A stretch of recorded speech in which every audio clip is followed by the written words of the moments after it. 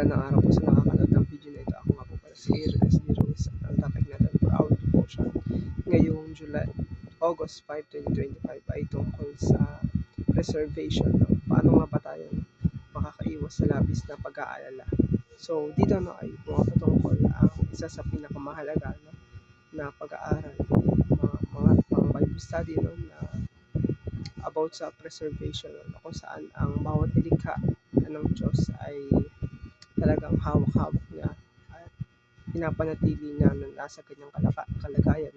Halimbawa, yung araw natin na talagang makikita natin na sa tuwing umaga ay umaaraw talaga, at pagdating sa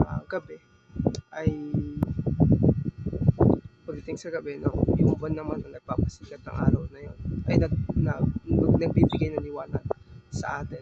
So dito ay mahalagang maunawaan natin na ang ating Diyos ay siya yung nagbibigay ng or nagsustain sa lahat ng mga bagay. So matatagpuan natin ang ating first Colossians chapter 1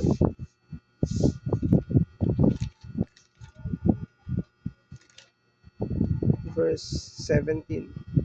Sabi dito, siya mismo ay una sa lahat ng mga bagay at ang lahat ng mga bagay ay nahawakang sama-sama sa Kanya. So dito ay patungkol ito sa ating Panginoong Kristo, na kung saan ang Diyos ay sinusustain ang lahat ng mga bagay sa lupa, sa mundo na ating ginagalawan sa pamamagitan ng ating Panginoong Kristo. So ang ating Panginoong Kristo pala, yung siyang may hawak talaga ng mga gravity, ng kung ano-ano pang tinatawag ng science.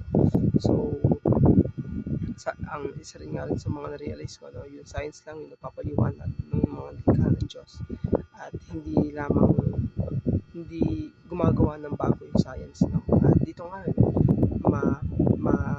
malalaman natin na si God ay na kinikip niya na mabuhay tayo, dahil bilang mga Kristiyano ay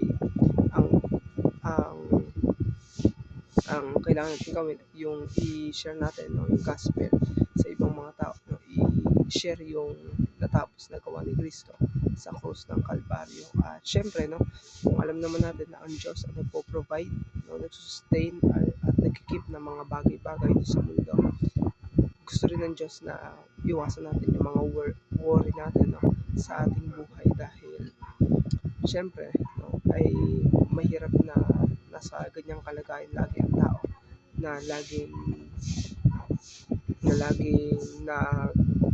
nag-worry sa mga bagay-bagay. So kung alam natin na God is still in control sa lahat ng mga bagay, ay wala dapat tayo ikabahala sa ating buhay dito sa lupa. So ayun lamang po, maraming salamat.